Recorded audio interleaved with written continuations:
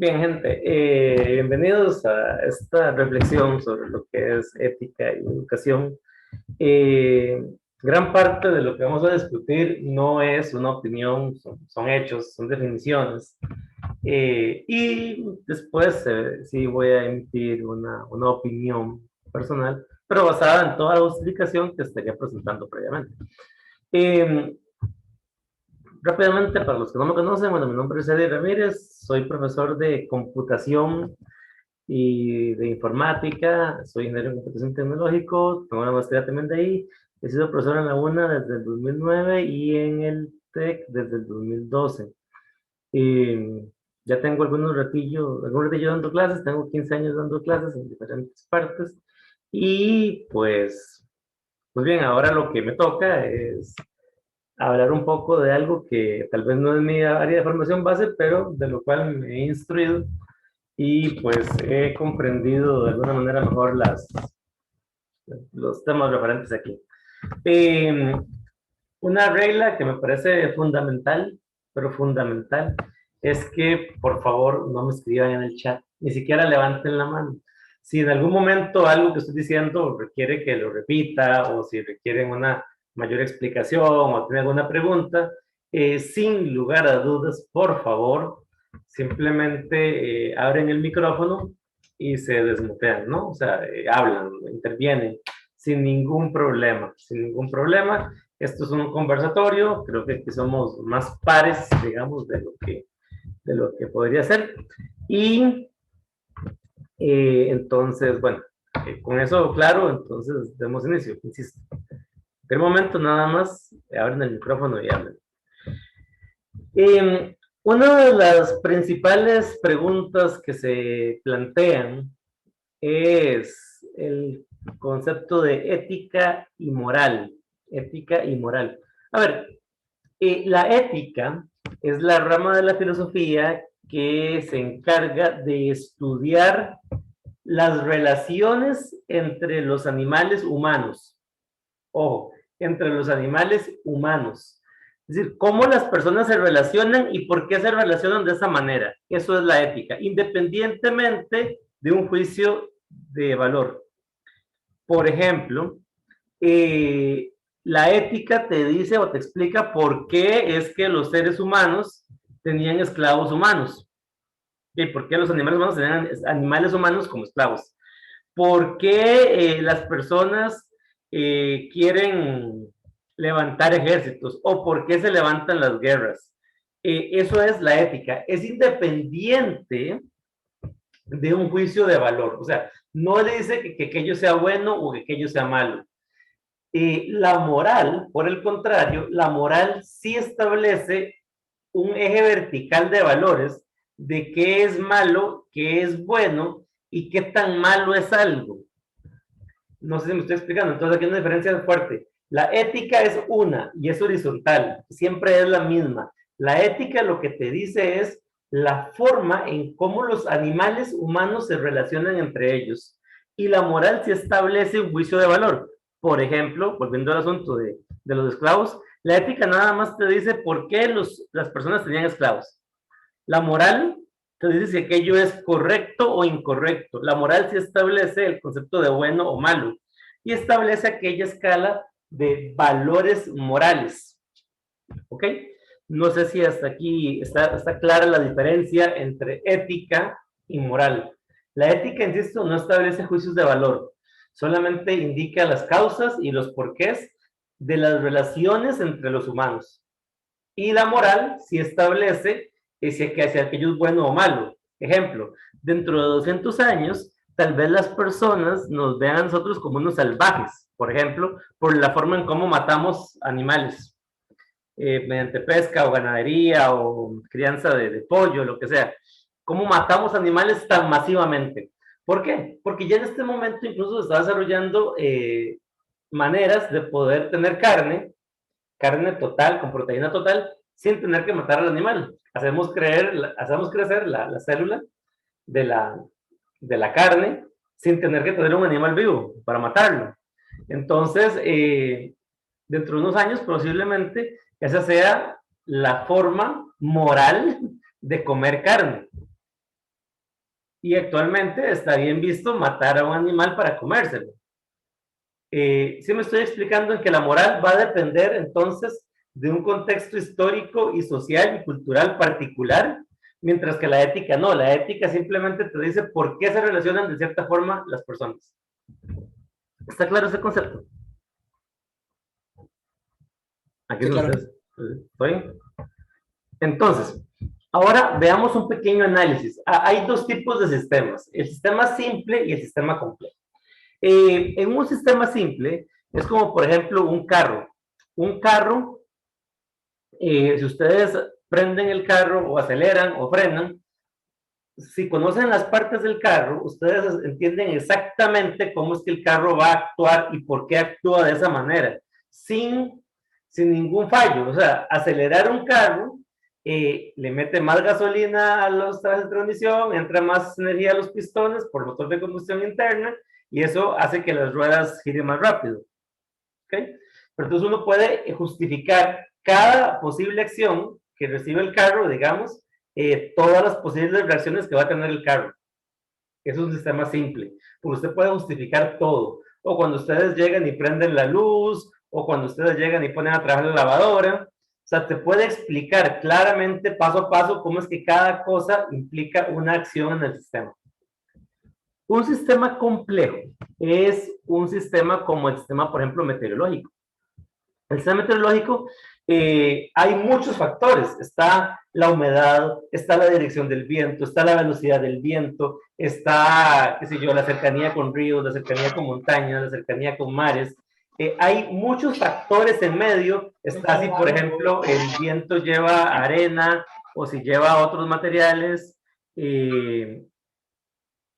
Entonces, todos esos sistemas son mucho más difíciles de determinar, porque uno sabe qué pasaría si la humedad pasa de 80% a 85%, si eso va a provocar lluvias o lluvias de tormenta eléctrica. O sea, el sistema meteorológico es un sistema complejo porque son muchos factores. Supongo que han oído hablar alguna vez del efecto mariposa, que una mariposa aleteando sus alas en Argentina puede provocar un tornado en Europa, cosas por el estilo.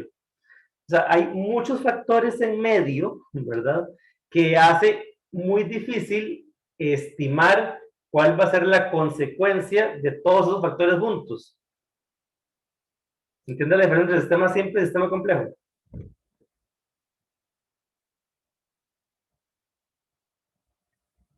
Y una vez más quedó tanto. Todo claro, sí. ¿Sí? Sí, profe. Buena vida. Entonces, la pregunta en el fondo es la ética, la ética que estudia los sistemas de relaciones humanos, estudia un sistema simple o un sistema complejo. O sea, el armazón social es un sistema simple o un sistema complejo.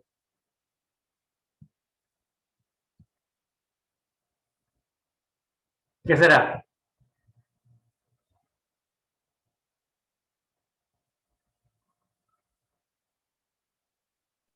Complejo, profe. Porque toma un montón de Complejísimo. diferentes factores. Claro, por supuesto. Es más, voy a contarles, es tan complejo que realmente hay cosas que a veces ni siquiera les explican cómo funcionan. Una característica curiosa, no sé si ustedes recuerdan aquella canción de Luis Fonsi y Daddy Yankee que se llama Despacito. ¿La recuerdan? Que se Sí. convirtió en la canción más popular y con más reproducciones de YouTube de la historia. Pues rápidamente les comento que ese éxito de la canción aumentó en un 20% los viajes a Puerto Rico en 2019.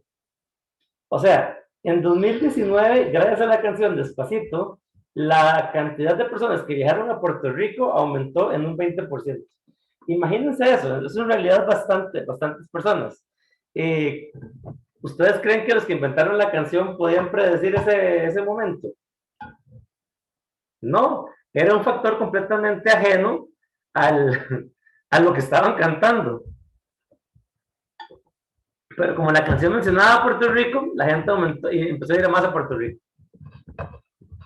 Cosas así. Entonces, los sistemas éticos, los sistemas de personas, son sistemas complejos, porque ahí son tantos los factores que intervienen que en realidad cuesta mucho medir el impacto general que va a tener un factor en particular en el comportamiento social. ¿Okay? Entonces, eso es ética. Y lo primero que voy a decirles es que esta conferencia, o esta plática que vamos a tener entre nosotros, habla sobre ética, no sobre moral. ¿Okay? No vamos a emitir un juicio de valor, vamos a hablar nada más sobre cómo es que las relaciones humanas generan seres humanos en particular. El siguiente punto importante es el concepto de animal humano. Y aquí nótense, por favor, el término animal humano. No nos podemos quitar los animales. Y lo he dicho varias veces, hay algunos que son más animales que otros. Pero entonces, no podemos quitar los animales. Decía Aristóteles que el hombre es un animal político. La palabra político viene de polis. Supongo que recuerdan lo que son las polis, que son las ciudades griegas donde cada ciudad tenía un comportamiento particular, una identidad, pero los unían entre todos un mismo idioma, el griego. Que esto le permitió a Aristóteles conocer diferentes polis, ver diferentes culturas, entenderlas porque hablaban el mismo idioma y darse cuenta que el hombre era un animal político. Entendamos, ustedes son animales políticos. ¿Ok? ¿Qué quiere decir esto? Por ejemplo, si aquí todos son costarricenses, muy posiblemente todos ustedes desayunan gallo pinto con salsa Lizano. Eso es parte de la política costarricense. No estoy hablando de política en el término de gobernación de las masas, estoy hablando de política en el sentido de identidad cultural, tal y como lo mencionaba Aristóteles, en el sentido de la polis. El que ustedes desayunen pinto en la mañana no los hace ni mejores ni peores que el venezolano que desayuna arepa o que el gringo que desayuna salchicha con huevo. ¿Ok? No hay una vez más, no estoy diciendo que sea bueno o malo, lo que estoy diciendo es que así es, ¿de acuerdo? El hecho de que ustedes hayan sido criados en Costa Rica los hace desayunar pinto con huevo y con tortilla, y ojalá con natilla casera, y agua dulce, y todo esto que estoy diciéndoles es común para ustedes, y todos entienden lo que es eso, ¿no? Pinto, natilla casera, agua dulce, eso es estándar. Creo que todas las personas en Costa Rica saben lo que es eso. Digan, sí. Claro, sí, ¿no? Ustedes no pueden llegar y hablarle de pinto y agua dulce a un argentino, porque no va a entender, o a un mexicano. Es más, ni siquiera hablen de natilla con un mexicano. En México le llaman crema, por aquello. Pero entonces, bueno, esas pequeñas sutilezas, a pesar de que hablamos el mismo idioma, es parte de esa formación política. ¿De acuerdo? Entonces el ser humano es un ser político. Y ahora aquí voy a otra reflexión. ¿Qué significa ser un animal humano? Ser un animal humano y la consecuencia de ser un animal humano es haber sido criado y haberse relacionado con otros humanos que lo dotan de ciertas características. A ver, no estoy hablando de derechos humanos, ¿verdad? No estoy hablando de que una persona tiene derecho a ser feliz. Estoy hablando de casos documentados como este, de Víctor de Laverión. Víctor de Laverión fue encontrado en el año 1800 por unos cazadores viviendo en el bosque. De alguna manera había logrado sobrevivir inviernos enteros desnudo. Muy posiblemente fue criado por algún animal salvaje, no sé, un lobo o algo. Como lo ven, bueno, su nombre lo dice, Víctor de Laverión, es francés, el año 1800, fue encontrado cuando tenía cerca de 12 años aproximadamente. Si nos remontamos un poquito en la historia, en 1789 ocurrió la Revolución Francesa, muy posiblemente los papás de él murieron y él tuvo que ser, no sé, dejado a la intemperie en un bosque, de manera que este pobre niño creció aislado de los seres humanos, ¿ok? Creció aislado de los seres humanos hasta que fue encontrado a los 12 años.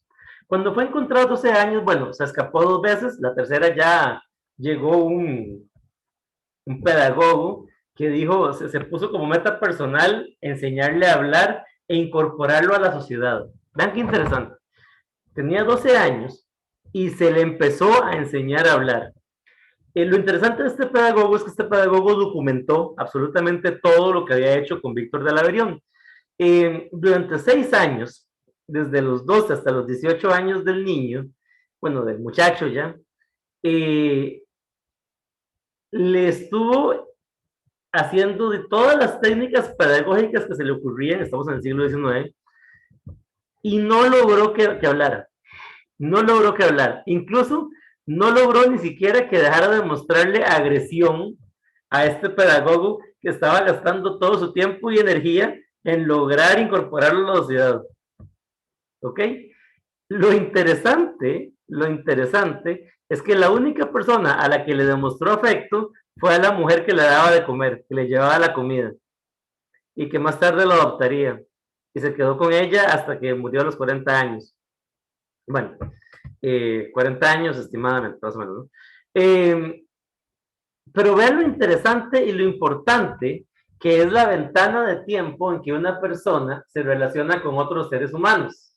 Si no está relacionado con otros seres humanos, si no está dentro de esa política que les venía explicando, entonces esta persona no va a desarrollarse como ser humano. O sea, nunca pudo hablar, menos escribir, ni siquiera pudo comunicarse con otros seres humanos, no podía dejar de comportarse como un animal. Era como una mascota, ¿no? Y salvaje para colmo.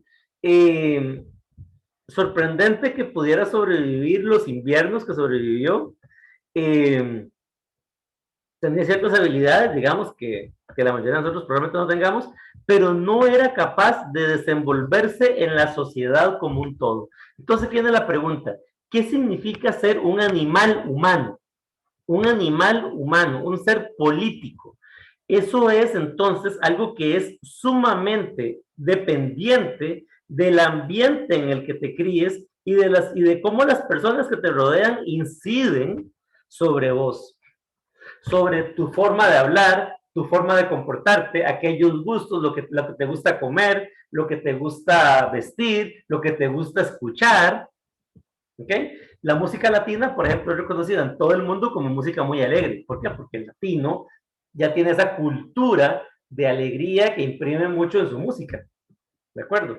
Entonces a lo que voy es que ser humano es en realidad parte de un proceso político. Político en el sentido que lo definía Aristóteles. Hasta acá, ¿alguna duda?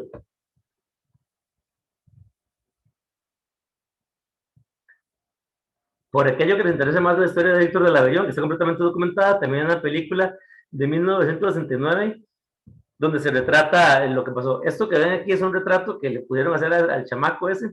Obviamente no había pintura, era pintado, no había fotografía, perdón, era pintado. Entonces, es la imagen. Si buscan en Google van a encontrar muchas fotos de la película, no tanto del muchacho, porque bueno, como les digo, el siglo XIX. Pero entonces aquí quiero que se quede muy, muy claro que la comunidad es la que realmente incide en la formación de seres humanos para que también sean miembros de la comunidad en la que van a participar. Entonces, vamos a hablar ahora de la confianza como eje. A ver, primero que nada, hagamos una pregunta sencilla de confianza. ¿Ustedes le confiarían su vida al panadero que le compran el pan? Levanten la mano a aquellas personas que le confiarían su vida al panadero que le compran el pan.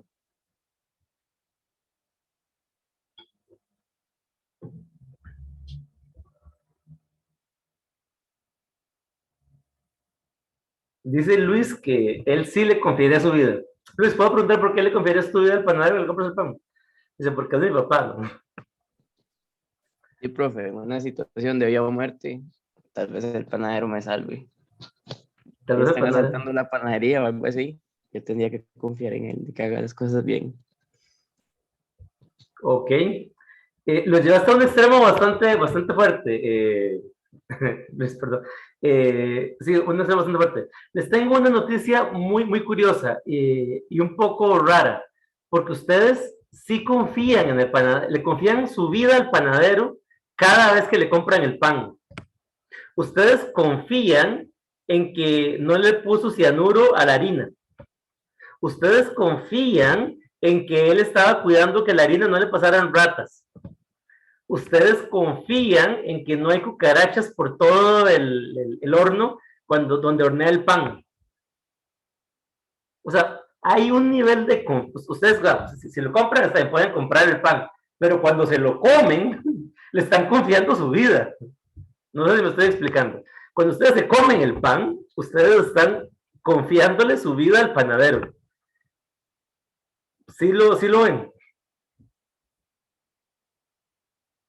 Sí, me estoy, si hay un nivel de confianza y es un nivel de confianza social. Y ese nivel de confianza ocurre en todos los niveles. Cuando, por ejemplo, ustedes se sienten mal por alguna razón y van donde un médico, ustedes tienen la confianza de que el médico va a diagnosticar correctamente su enfermedad y a la vez le va a dar un tratamiento, le va a dar un tratamiento que le ayude a superar esa enfermedad, ¿no? O sea, ahí yo creo que el nivel de confianza es más directo, ¿no? Usted sí confiaría en su vida en el doctor que lo está atendiendo. De hecho, es exactamente lo que están haciendo en el fondo. Pero precisamente por eso es que la confianza es un eje principal de las sociedades. A ver, en la época en que habían tribus nómadas, la confianza era total entre el grupo nómada. Confianza para criar a los hijos, confianza para cazar. O sea, el cazador dejaba a sus hijos con unas personas dentro de la tribu y se iba a cazar. Y las personas dentro de la tribu no cazaban porque confiaban que los que iban a cazar iban a traer comida. ¿De acuerdo? Quiero que noten esto que es fundamental. Hay índices de confianza muy fuertes. Y otro detalle importante es que esa confianza precisamente es clave, absolutamente clave para la sobrevivencia. Porque en el momento en que yo no confío, ya estoy empezando a perder todas mis grandes posibilidades políticas, volviendo a asuntos de sobrevivencia, porque uno solamente puede existir dentro de un eje social. Es decir, si en este momento todos nosotros quedáramos aislados en la intemperie, muy posiblemente no duraríamos ni un año, porque nuestra sobrevivencia depende de cómo nos relacionamos con todos los demás animales humanos. Y aquí hay un detalle importante. La confianza genera comunidad. Y aquí viene la otra parte interesante. Las primeras leyes de Ur, en Mesopotamia, ocurren precisamente porque ya hay una ciudad y entre la ciudad ya todas las personas no se conocen. No sé si me explico. Ya las personas dejan de conocerse entre todos y ya empiezan a haber leyes. ¿Por qué? Porque como ya yo no conozco al otro, ya tiene que haber yo no lo conozco, por lo tanto yo no confío en esa persona que no conozco, y hay una serie de leyes que me dicen y me regulan cómo es, ¿no? En las leyes de Ulm era, si te acuestas con la esposa de otro, te mato. Si le robas a otra persona, te mato. Si matas a otra persona, te mato. Si por descuido, o sea, pero hay unas cosas. Si yo diligentemente destruyo la cosecha de alguien más, te mato. Ahí la solución siempre era matar, ¿no? O sea, era directo. Después, si yo por omisión, dejo que alguien pierda la cosecha, tenía que pagarle yo de mi cosecha todo lo que había perdido. O sea, ya no te mataban. Pero a lo que voy es que esas eran las pruebas, digamos, de cómo la falta de confianza entre las personas generaba la necesidad de leyes y reglamentos. ¿Ok? Dato curioso, no sé si recuerdan Sócrates. A Sócrates fue condenado, ¿verdad? Por influir negativamente en la juventud y fue condenado a muerte o al exilio. Vean qué interesante, él podía escoger entre el exilio o la muerte. Sócrates escogió la muerte, porque parte importante de nada más el animal político, que era el ser humano, el animal humano, era que solamente existía dentro de la sociedad. ser exiliado era casi la muerte, era ir a relacionarme con animales prácticamente. Recuerden que ellos hablaban de los bárbaros, ¿no? Bueno, los latinos hablaban más de los bárbaros, pero, o sea, las tribus no griegas eran incivilizadas. Entonces, ir a rodearme de ellos era perder la identidad de quién soy. Por lo tanto, Sócrates prefirió la muerte. Entonces, a lo que voy es que vean que las leyes lo que hacían era o te mataban o te exiliaban. Y el exilio era algo tan grave como la muerte, o más grave incluso. De ahí, precisamente, que Aristóteles también decía, desconfiar siempre de aquel que no tenga amigos. Si alguien no tiene amigos, hay que desconfiar de esa persona. ¿Okay? Y esa desconfianza es fundamental tenerla clara. ¿Por qué? Porque alguien que no tiene amigos tampoco tiene confianza de nadie. Nadie confía en él. Y aquí viene la otra parte importante. Confianza es creer que una persona va a hacer lo que tiene que hacer, ¿no? Creer que una persona va a hacer lo que tiene que hacer. Y lo interesante es que los países que tienen mayor índice de confianza en la población tienen menos corrupción. Y la razón es sencilla, es porque también tienen más responsabilidad. Vea qué interesante. Así como yo confío en que las personas van a hacer lo que tienen que hacer, ¿de acuerdo? Yo también asumo responsablemente la confianza depositada en mí. Veamos la definición rápidamente, insisto, la confianza es creer que una persona va a hacer lo que tiene que hacer y la responsabilidad es asumir la acción que las personas han confiado en mí. ¿Ok? La responsabilidad es asumir la confianza depositada y actuar en consecuencia a lo que las personas esperan de mí. ¿Okay? Esa es la responsabilidad. Pero noten que la responsabilidad es una consecuencia de la confianza. ¿Hasta aquí alguna duda?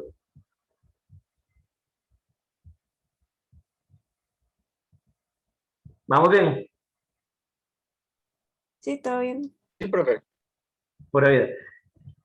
Y lo interesante de todo esto, en un estudio que se hizo entre 1958 y 1970 en Estados Unidos, se dieron cuenta que aquellas personas con mayor índice de confianza también tenían mayor índice de responsabilidad, pero lo más sorprendente, también tenían mayor inteligencia. Mayor inteligencia. Y esta parte es sorprendente, absolutamente sorprendente. ¿Por qué la confianza incide en la inteligencia de las personas? Vean, esto es ética, ¿verdad? La razón es relativamente sencilla. Cuando las personas se vuelven más responsables, empiezan a entender y a ser más críticos en todas las decisiones que toman, porque las decisiones que toman saben que es su responsabilidad y el estar pensando críticamente en las decisiones que toman les mejora su inteligencia. ¿Ok? Les mejora su inteligencia. Entonces, a lo que voy, los países con mayor índice de confianza se responsabilizan más, hay menos corrupción y además son más inteligentes. Vean qué interesante entonces lo que es la confianza, cómo es que la confianza incide positivamente en una sociedad. Hasta acá, ¿alguna duda? Todos estos son hechos o definiciones casi, no son inventos míos por aquello. ¿Hasta acá alguna duda? Sí quedó clara la relación también de la responsabilidad y la inteligencia. Entonces, si ustedes quieren ser más inteligentes, primer paso, sean más responsables. Ok.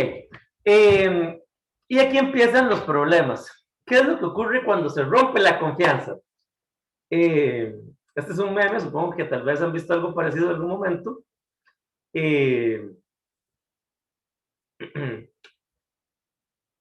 ¿Están de acuerdo con eso que está ahí? En particular a mí me hizo gracia, pero es que todo esto, cuando se pierde la confianza, empezamos a escuchar un montón de estupideces, pero así, estupideces, cuando digo estupideces, no, bobadas, ¿no? Bobadas, o sea, un aterro de tonteras que no tiene sentido. Por ejemplo, las vacunas producen autismo. Es mentira que el hombre llegó a la luna. Yo no creo que haya pasado. Las pirámides fueron construidas por extraterrestres. Y hay una sarta de tonteras. ¿Por qué? Porque se pierde la confianza, se pierden aquellas cosas básicas. O sea, cuando alguien dice, yo no creo que el hombre haya llegado a la luna, por ejemplo, es una falta de pensamiento crítico en todo sentido, por amor de Dios. Eh, a ver, ¿ustedes saben cuál fue el primer satélite en el espacio? Perdón, otra vez. ¿Cuál fue el primer satélite en el espacio? Fue el Sputnik, ¿no? Sputnik, perfecto. ¿Primer ser vivo en el espacio? El de la luna, Neil Armstrong. No, Creo. primer ser vivo en el espacio. Ser vivo en el espacio. Ah, el perro o el mono que mandaron al espacio. Primero fue la perra, Laika. Ah, Los rusos. Primer ser humano en el espacio. Yuri Gagarin. Ruso también. Primer vuelo tripulado y que luego bajó con seres vivos, fueron dos perros. Yo vi, por cierto, el animal disecadito en el Museo de Astrofísica de Rusia, de Moscú. Fueron los rusos. Primer satélite de Venus, los rusos. Primer alunizaje no tripulado, fueron los rusos.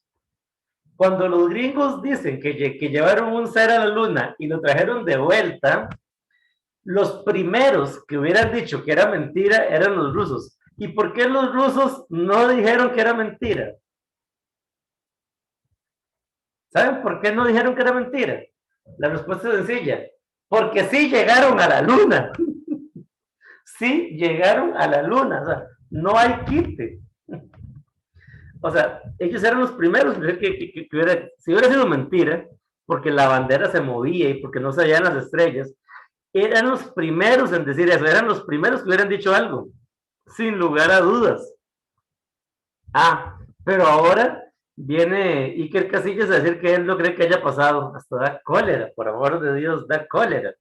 Pero bueno, entonces, no solamente es falta de confianza, sino que además la falta de confianza genera un problema adicional y es algo que vamos a ver ahorita. Ya lo explico. Pero ahora sí, pasemos al siguiente tema. Todo esto era ética. Y esta cosa se llama ética y educación. Pero notemos que la educación es un sistema ético. O sea, la educación es un sistema ético, ¿por qué? Porque es relaciones entre seres humanos. Y como les venía diciendo también, un ser humano, solamente ser humano, si crece en una comunidad. Educación como sistema ético. Aquí viene una pregunta, y puse esta foto precisamente porque no soporto ese concepto. Las personas han asociado, lamentablemente, durante mucho tiempo, la educación, en lugar de aprender, en lugar de ser, ¿de acuerdo? Vean interesante. Cuando yo me rodeo de seres humanos y me crío como ser humano, soy un ser humano. Cuando yo entro a estudiar ingeniería en sistemas o ingeniería en computación y me rodeo de ingenieros en computación, entonces soy un ingeniero en computación. Entonces, vean qué interesante lo que es esa formación, ¿no? Ese rodearse de esas personas que te van a incidir. Ojo, que las personas, insisto, el problema es que se ha perdido un poco ese ser y se ha convertido más en tener. Y entonces yo puedo darles a ustedes 10,000 diplomas, 8,000 togas y birretes, que eso no va a cambiar quiénes son ustedes. Mucho se ha hablado de la educación. Hay frases que me encantan, que algunos que ya me conocen dando clases, pues las habrán escuchado, como por ejemplo, si crees que la educación es cara, prueba con la ignorancia, de Derek Bock, o otra de Henry Ford que dice, lo único peor que formar a alguien y que se marche es no formarlo y que se quede. Él hablaba de empresas, ¿no? O sea, como que yo te forme a vos y luego usted se marche para otra empresa, dice que lo único peor es no formarlo y que se quede.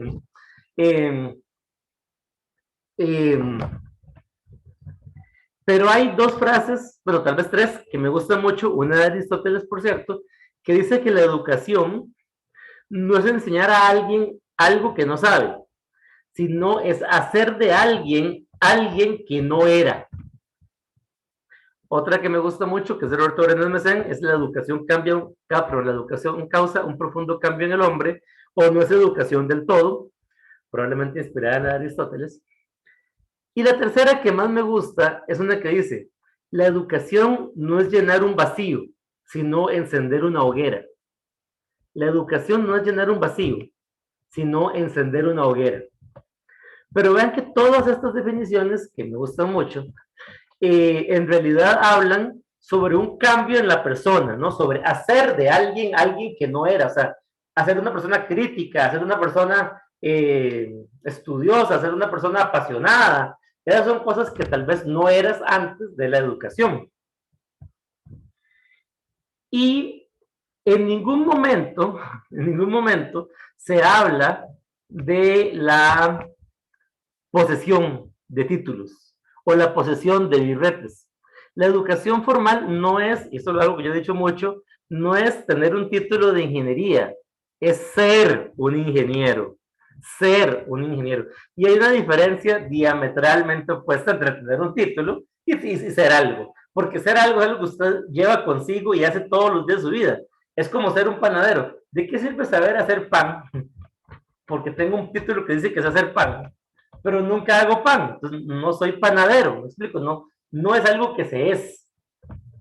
Entonces, volviendo al asunto, yo he visto ya lamentablemente comentarios como, por ejemplo, ¿con qué profesor me recomiendan llevar X curso, pero que sea fácil de pasar? Que sea fácil de pasar. ¿Qué clase de pensamiento ético es ese? ¿Qué significa ser fácil de pasar?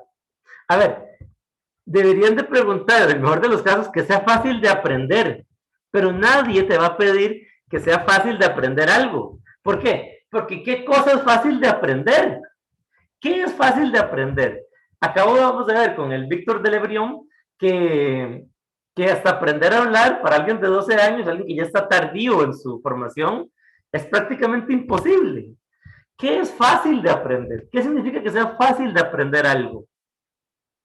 Es absolutamente imposible que haya algo fácil de aprender, ¿no? Y eso es lo que las personas no están valorando cuando piensan que sea fácil de pasar, porque lo que interesa ahí, lamentablemente, no es necesariamente entender, aprender, disfrutar, gozar, o como decía Federico García Lorca, otra frase que me gusta mucho, bien está que todos los hombres coman, pero que todos los hombres sepan, que gocen de todos los frutos del espíritu humano. Y es que esto es bellísimo, que gocen de los frutos del espíritu humano. ¿Se entiende? O sea, hay un gozo asociado en aprender, pero es un gozo que si usted no lo entiende, no se puede explicar. Entonces, el asunto de aprender y la educación, volviendo al punto del que les decía antes, viene del pensamiento crítico. Veamos este ejemplo. Hay un grupo de personas que piensan que la Tierra es esférica, o sea, que creen que la Tierra es esférica, y otro grupo de personas que creen que la Tierra es plana. La pregunta que les planteo es, ¿cuál de los dos está equivocado? ¿Cuál de los dos está equivocado?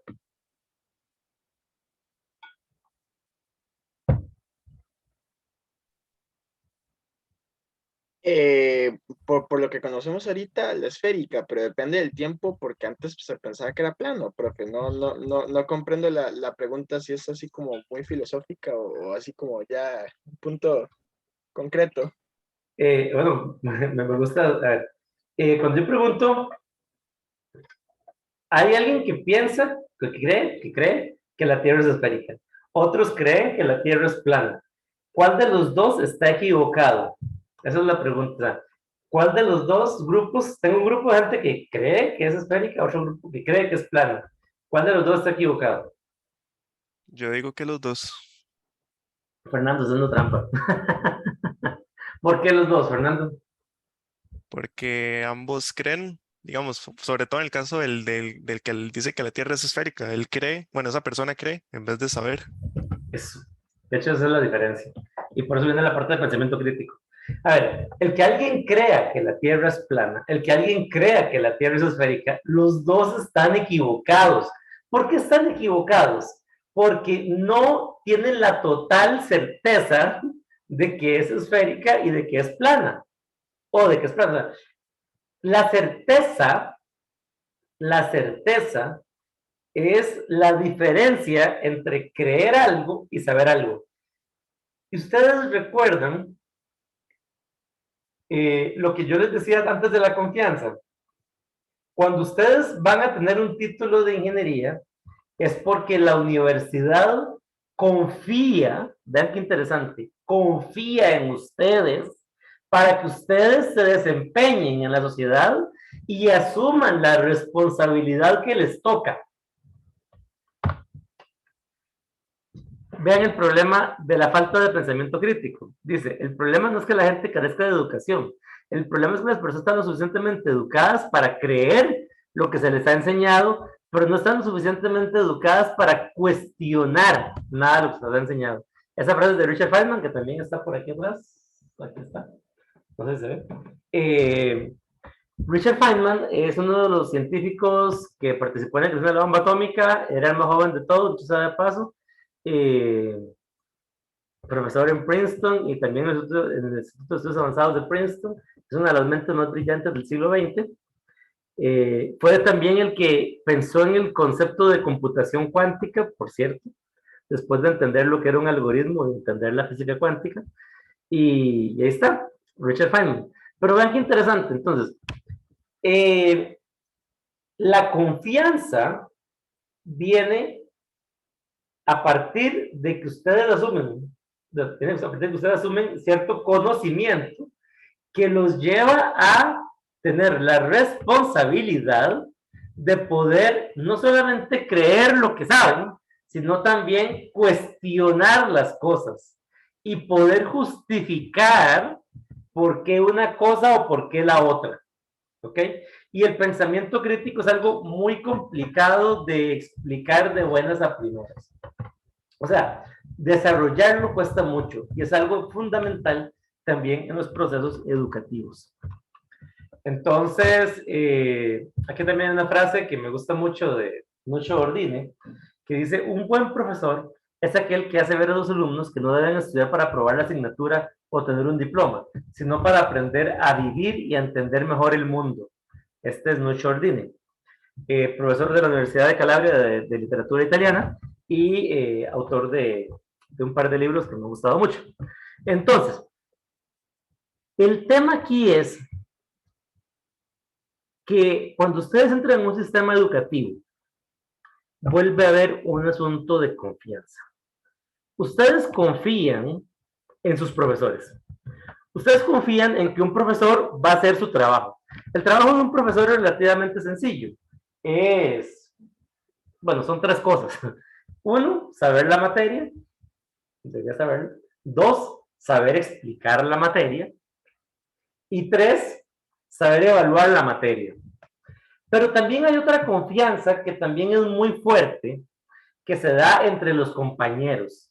Muchas veces, muchos cursos, yo incluso los pasé porque tenía compañeros que se sentaban a estudiar conmigo, que me motivaban cuando estaba de capa caída, o uno también motivaba al que estaba de capa caída. O sea, había una sinergia entre los compañeros, ojo, y la confianza es de dos partes. Por un lado está la parte comunitaria, donde estudiamos juntos, nos apoyamos entre todos, nos motivamos a seguir estudiando, ¿ok?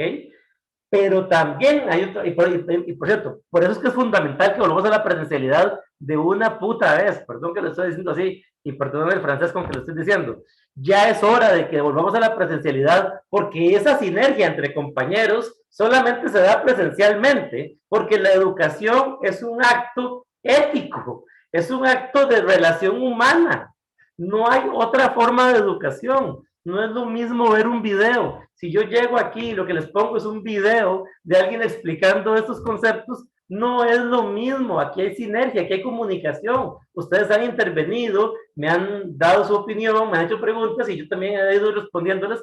Y ahí está, no sé, esta aura no solamente de confianza, sino además de interacción que les permite a ustedes mantenerse activos durante la conversación. ¿Me explico? O sea, es algo que es una confianza humana. O sea, hay que estar en un ambiente presencial para poder generar todo este tipo de situaciones donde las personas se ayudan, se comparten, se apoyan y aprenden. Ojo, el aprendizaje es individual, pero la motivación, el espíritu es comunal, es de grupo. ¿Me siguen? Cuando ustedes están en un grupo pequeño, en un curso con menos estudiantes, van a ver que hay más interacción entre las personas adentro incluso. Porque hay más nivel de confianza. Y también, contrariamente, cuando ustedes están en un grupo muy grande, que de repente empiezan a desertar, cuando deserta uno, desertan como 5 o 6 más. No se han dado cuenta de eso, porque ya se volvió la norma. O sea, se pierde esa relación social a lo largo del curso. Hasta aquí. Estamos de acuerdo en que entonces este proceso educativo es un proceso también ético y es también comunitario, donde hay confianza para el profesor, pero también hay confianza a lo interno del grupo. Y esto es fundamental. A lo interno del grupo para poder aprender, para poder estudiar, para poder cuestionar. ¿Sí? ¿Alguna duda? ¿Comentario?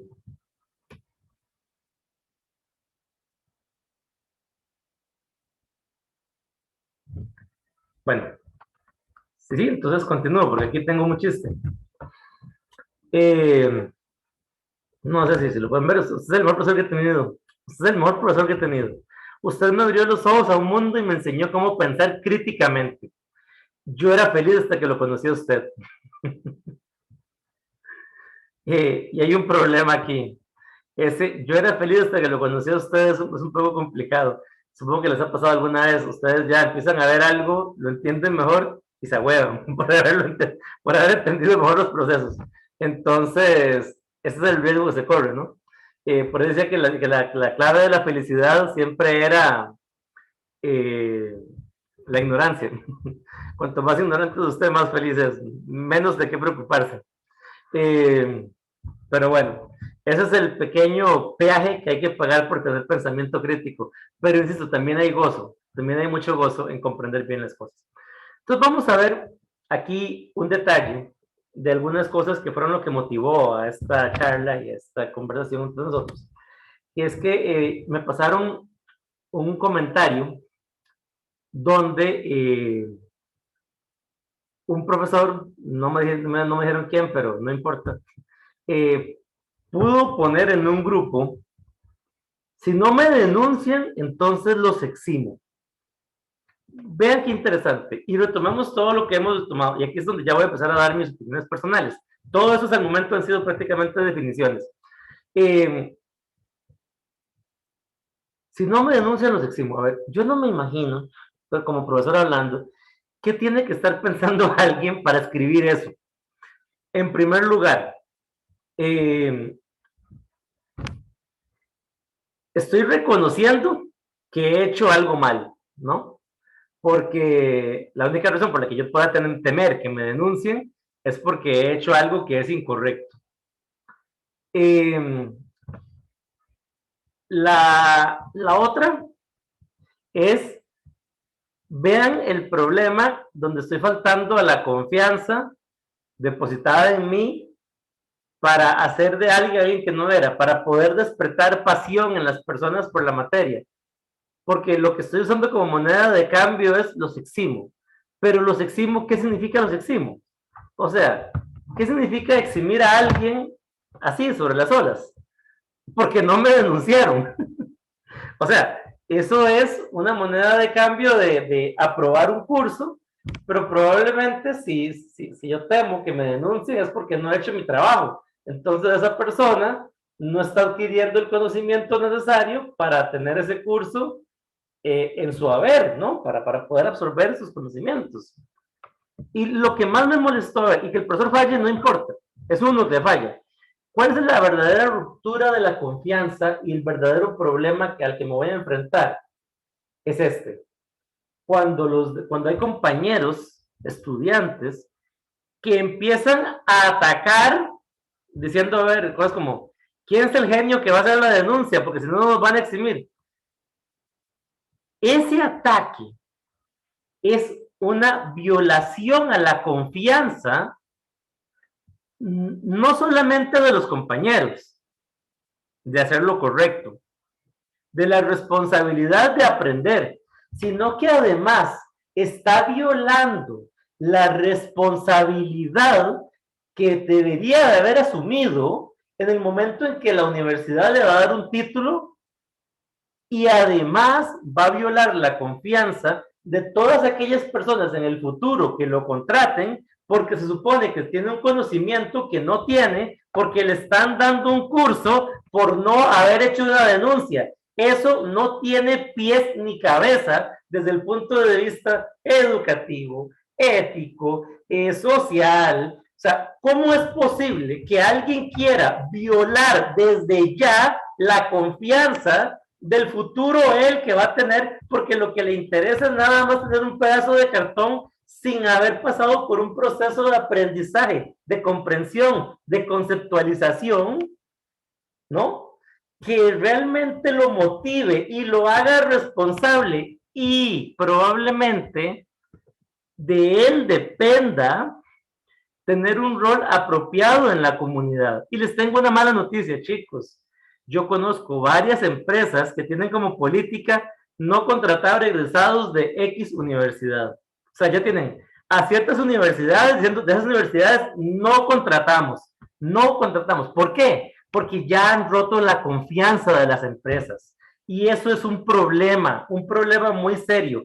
Porque, a ver, hay otra cosa importante. Cuando ustedes están estudiando para ser ingenieros en sistemas o en computación o lo que sea, ustedes van a ser miembros de una comunidad, una vez más, ética, de una comunidad de ingenieros en computación y sistemas, ¿ok? Si ustedes entran a esa comunidad, al igual que aquel Lebrón, ¿verdad? El niño salvaje este, si ustedes no son capaces de hablar el mismo idioma que ellos, no son parte de la comunidad.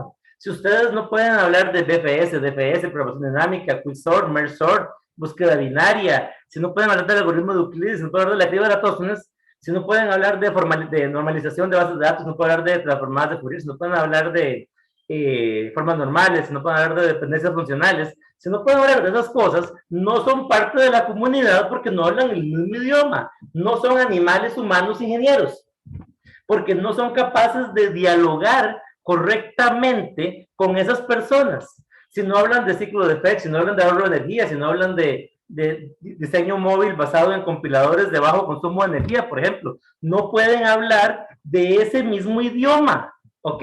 No hablan de ese idioma. En el momento en que no hablan de ese idioma, se aíslan. Y cuando se aíslan, tienen el mismo problema que el niño salvaje, donde ustedes realmente no son de ninguna parte.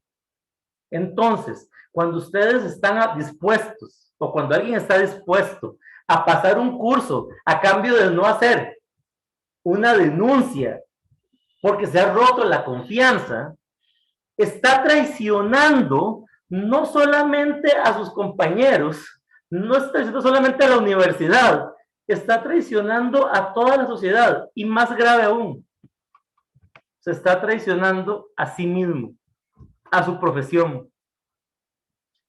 Y eso es algo que, compañeros, no debemos permitir. No debemos permitir que eso ocurra. Hay que eliminar ese tipo de cosas de la sociedad y del ambiente. Porque esos son cánceres que se hacen cada vez más grandes. ¿Ok? Cánceres que se hacen cada vez más grandes. Entonces, volviendo a la educación y a la confianza, es importante que si alguien está caído, la comunidad lo ayude a levantarse y a seguir ascendiendo, a seguir profundizando. Pero no podemos dejar que alguien se comporte como el que está allá a la izquierda, como un observador, que no participa activamente de la responsabilidad de educarse para poder trabajar correctamente en el futuro, para poder ser parte, ser introducidos a esa comunidad mundial de programadores, de médicos, de lo que usted quiera hacer en su vida, no importa. ¿Por qué? Porque ese es el rol social y esa es la razón humana, política, que inmiscuye toda esta razón.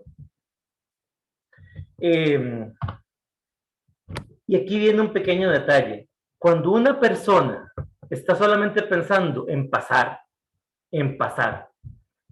se está aislando.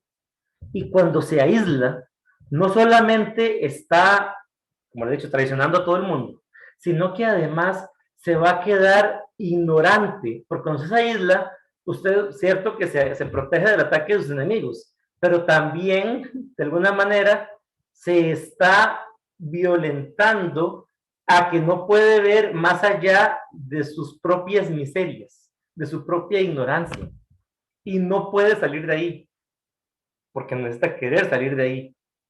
Y es algo importante porque ustedes sí son parte de una comunidad, y el ser humano es un animal social, no es un animal individual. ¿Ok? Entonces, le he prometido que era una plática de 1 hora y me quedan 3 minutos. Entonces, reflexiones finales. Aunque podría hablar de más cosas aquí, pero se me fue el tiempo. Es una frase que me gusta mucho: el saber constituye por sí mismo un obstáculo contra el delirio de omnipotencia del dinero y el utilitarismo. Todo puede comprarse, es cierto, desde los parlamentarios hasta los juicios, desde el poder hasta el éxito, todo tiene un precio, pero no el conocimiento. El precio que debe pagarse por conocer es de una naturaleza muy distinta. Ni siquiera un cheque en blanco nos permitirá adquirir mecánicamente lo que solo puede ser fruto de un esfuerzo individual y una inagotable pasión. Nadie, en definitiva, podrá realizar en nuestro lugar el fatigoso recorrido que nos permitirá aprender. Sin grandes motivaciones interiores, el más prestigioso título adquirido con dinero no nos aportará ningún conocimiento verdadero ni propiciará ninguna auténtica metamorfosis del espíritu. Eso es del libro de Utilidad Útil de Cialdini. Como lo expliqué, el aprendizaje es individual, pero la motivación, el apoyo, todo eso es comunitario. Entonces, es muy importante que los estudiantes se reúnan entre ellos y se apoyen entre ellos. Y ojalá puedan sacar del sistema a aquellas personas que traicionan la confianza de los estudiantes. Y con esta me despido. Los 3 pilares fundamentales de la enseñanza. Muy importante, el orden, nunca los mezcles. Ojo al orden. El primero es el cariño, porque el maestro no puede ser maestro si no ama lo que hace. El segundo es el cariño, porque el maestro no puede ser maestro si no ama lo que enseña. El tercero es el cariño, pues el maestro no puede ser maestro si no ama a quien enseña. Ojo, primero amar lo que hace, amar lo que enseña y luego amar a quien enseña, en ese orden. No podemos traicionar lo que enseñamos por amar a los estudiantes, lamentablemente. Y la frase que pone aquí Vico es muy importante, me parece una opinión, pero muy bella. Es imposible pensar, después de escuchar esas palabras, en un maestro que no lo sea por absoluta vocación docente. Está la responsabilidad del maestro, que el caso contrario, aquel que asume la docencia como medio de subsistencia económico, es un traidor, cómplice de no poder posibilitar un buen futuro para la humanidad. Entonces, si alguien les habla de cuán mal gana, o cuán bien gana, o lo mucho que hace plata, o lo que sea, sepan que probablemente está ahí por plata. Y si está por plata, no está por pasión. Entonces, es un traidor. Es cómplice de no posibilitar un futuro para la humanidad. Porque hay otra cosa más, por cierto. No solamente es para mis estudiantes el beneficio de mis clases. Es para la humanidad. Porque se espera que después ustedes, en su núcleo, sus amigos, sus familias, lo que sea, también dispongan de herramientas para poder mejorar la calidad de vida de las personas o para poder transmitir conocimiento o para poder plantear preguntas simplemente cuya respuesta puede ser el futuro para muchas mejoras, para mucho progreso, para la humanidad completa, no solamente para mi grupo de estudiantes. Entonces, un maestro debe de ser aquel que tenga cariño por lo que hace, por lo que enseña y por quien enseña, no por el dinero asociado a lo que va a recibir. Entonces, con esta me despido. Ha sido un placer. No sé si tienen alguna duda, comentario, y me disculpo si me he emocionado un poco, pero bueno, siempre me he puesto emocionado. Y también me disculpo por la presentación. Normalmente yo no uso presentaciones, pero en este caso simplemente lo puse como una guía. Traté de que fueran solo imágenes y cosas muy pequeñas, no mucho texto. En todo caso, también Kiara tiene la presentación, por si alguien quiere, pues, si quiere pasársela. Creo que no vale mucho la pena la presentación por sí. Vale más la explicación de lo que estábamos hablando. Entonces, se los dejo por aquí. No sé si tienen alguna pregunta, comentario.